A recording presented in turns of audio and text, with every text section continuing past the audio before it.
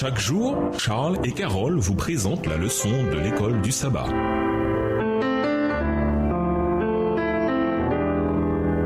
Bienvenue dans votre émission. Dieu nous parle. Nous voilà à la leçon de mardi. S'en aller et être avec le Christ. Lisons Philippiens 1, les versets 21 à 24 et 1 Thessaloniciens 4, les versets 13 à 18. Quand Paul s'attendait-il à être avec le Christ? Philippiens 1, le verset 23 et avec le Seigneur. 1 Thessaloniciens 4, le verset 17. Philippiens 1, les versets 21 à 24. Car Christ est ma vie et la mort m'est un gain. Mais s'il est utile pour mon œuvre que je vive dans la chair, je ne saurais dire ce que je dois préférer. Je suis pressé des deux côtés. J'ai le désir de m'en aller et d'être avec Christ, ce qui de beaucoup est le meilleur. Mais à cause de vous, il est plus nécessaire que je demeure dans la chair. 1 Thessaloniciens 4, les versets 13 à 18. Nous ne voulons pas, frères, que vous soyez dans l'ignorance au sujet de ceux qui dorment, afin que vous ne vous affligiez pas comme les autres qui n'ont point d'espérance. Car si nous croyons que Jésus est mort et qu'il est ressuscité, croyons aussi que Dieu ramènera par Jésus avec lui ceux qui sont morts. Voici en effet ce que nous vous déclarons d'après la parole du Seigneur. Nous les vivants, restés pour l'avènement du Seigneur, nous ne devancerons pas ceux qui sont morts, car le Seigneur lui-même a un signal donné à la voix d'un archange et au son de la trompette de Dieu. Descendra du ciel et les morts en Christ ressusciteront premièrement. Ensuite, nous les vivants qui serons restés, nous serons tous ensemble enlevés avec eux sur des nuées à la rencontre du Seigneur dans les airs, et ainsi nous serons pour toujours avec le Seigneur. Consolez-vous donc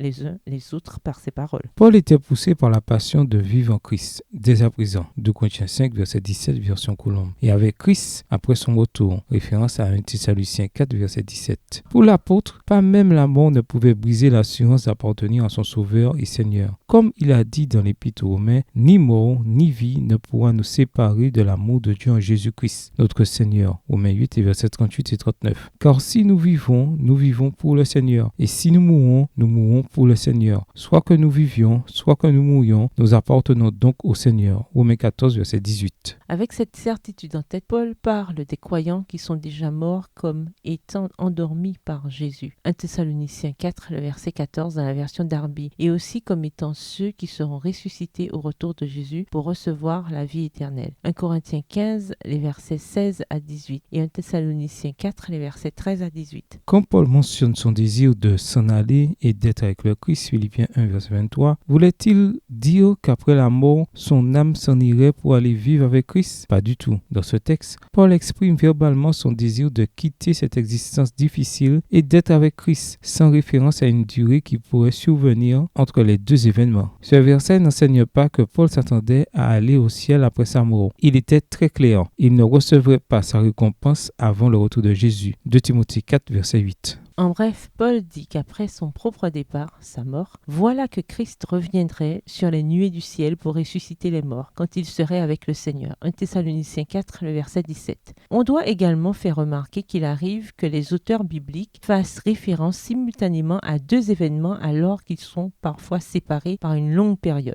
Texte tiré du livre Andrews Study Bible, la Bible d'études Andrews, à la page 1555. Mais pourquoi Paul préférerait-il la mort à la vie? Parce qu'il pourrait alors enfin se reposer de toutes ses difficultés sans avoir besoin de souffrir physiquement. 1 Corinthiens 9, le verset 27. Et il le ferait avec la certitude absolue de recevoir la couronne de justice au retour de Jésus. 2 Timothée 4, les versets 6 à 8. Paul ne voulait certainement pas mourir, mais il savait ce qui se passerait une fois mort. Dans les moments difficiles en particulier, qui n'a jamais eu envie de simplement fermer les yeux dans la mort pour l'instant d'après être avec Christ? En quoi cette idée nous aide-t-elle à comprendre ce que Paul disait dans Philippiens? Au revoir. Et à demain si Dieu veut.